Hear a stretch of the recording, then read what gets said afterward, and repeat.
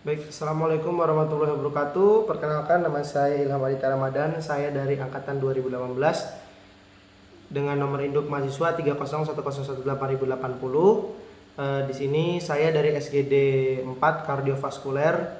Mohon izin untuk menjelaskan PTA di LBM ini ya. PTA di LBM ini. Yang pertama, saya akan menjelaskan aliran darah daripada jantung. Yang pertama itu dari arterinya terlebih dahulu. Dari atas itu dari aorta ascendens, terus dia turun ke dari bagian dextra dulu ya. Dari bagian dextra itu dia ke arteri coronary dexter, terus ke arteri marginalis dexter. Nah, setelah di arteri marginalis dexter itu dia di atrium dan ventricle daripada bagian dexternya. Nah, saya itu turun lagi bawah, dia ke cabang daripada nodus AV, atrioventrikular. Nah, terus ke cabang ke nodus SA. Dari nodus AV dia ke cabang dari ke nodus SA itu di bagian dextra.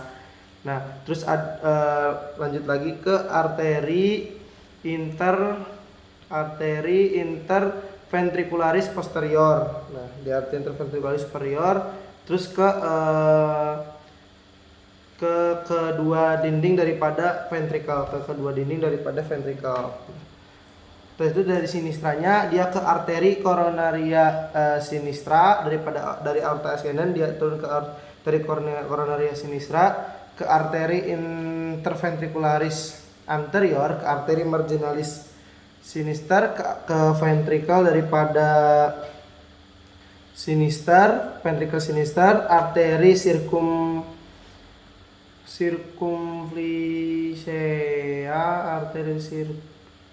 sirkumflexia, terus lanjut lagi ke atrium dan ventricle bagian sinistra. Itu untuk arterinya. Kita lanjut lagi ke vena. Mungkin kita akan lanjut lagi ke vena. Setelah arteri kita lanjut ke vena. Nah, vena ini dia itu sebagian besar darah daripada dinding jantung itu dia mengalir ke vena atrium kanan melalui sinus coronarius. Nah, sinus coronarius terletak di posterior suscus arterioventricularis dan merupakan kelanjutan daripada vena cordis magna, dan ia bermuara ke atrium kanan. Nah, sebelah kiri vena cava inferior ia bermuara ke atrium kanan, sebelah kiri vena cava inferior. Nah, vena-vena yang bermuara pada sinus coronarius itu antara lain ada vena cordis magna, vena cordis parva, vena cordis media, vena ventricularis sinistra posterior, dan vena oblique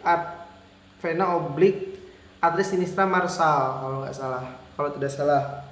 Nah, terus sisanya itu kembali ke atrium dextra melalui vena cardiaca anterior, terus ke arah ke vena cardiaca minimi, serta melalui vena-vena kecil yang langsung dia akan bermuara ke ruang-ruang jantungnya.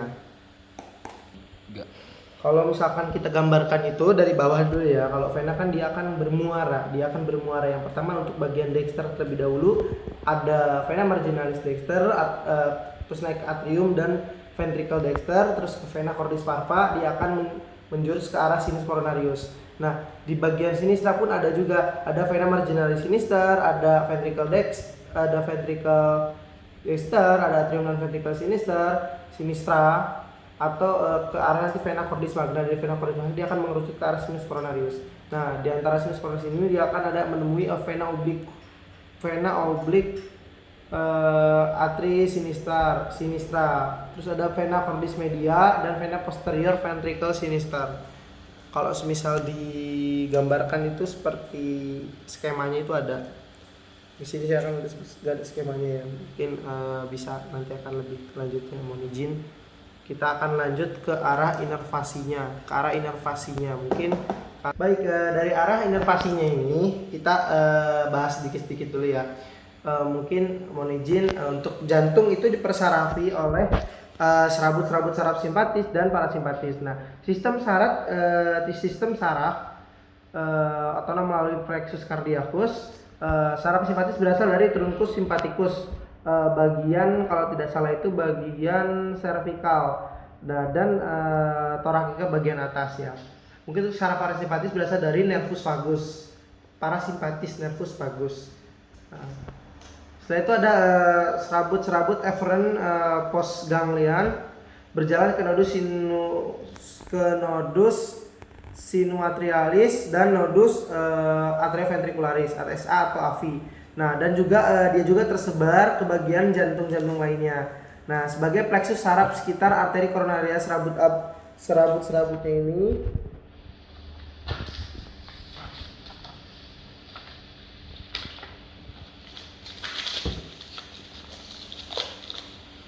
di daerah sini. Nah, ini sebagai plexus sekitar arteri koronaria. Nah, serabut-serabut aferen yang berjalan melalui nervus vagus berperanan sebagian pada refleks kardiovaskuler. Nah, serabut aferen yang berjalan lalu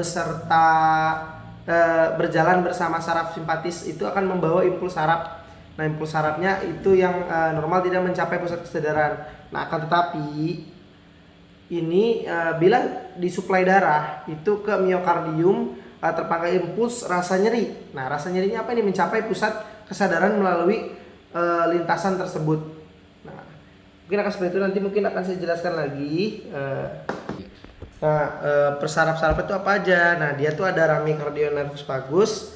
Nah, dia itu apa aja sih? Parasimpatis itu ada cabang dari nervus cardiacus superior, nervus cardiacus inferior, nervus cardiacus, dan nervus cardiacus thoracalis ya kalau nggak salah. Nah, dia akan bermuara kalau tidak salah ke arah plexus cardiacus superficial dan profunda.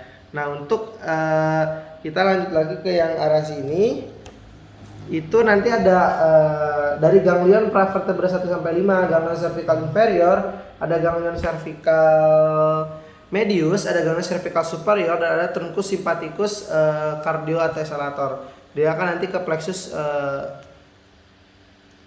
cardiacus superficial dan profunda untuk persarapan inervasinya.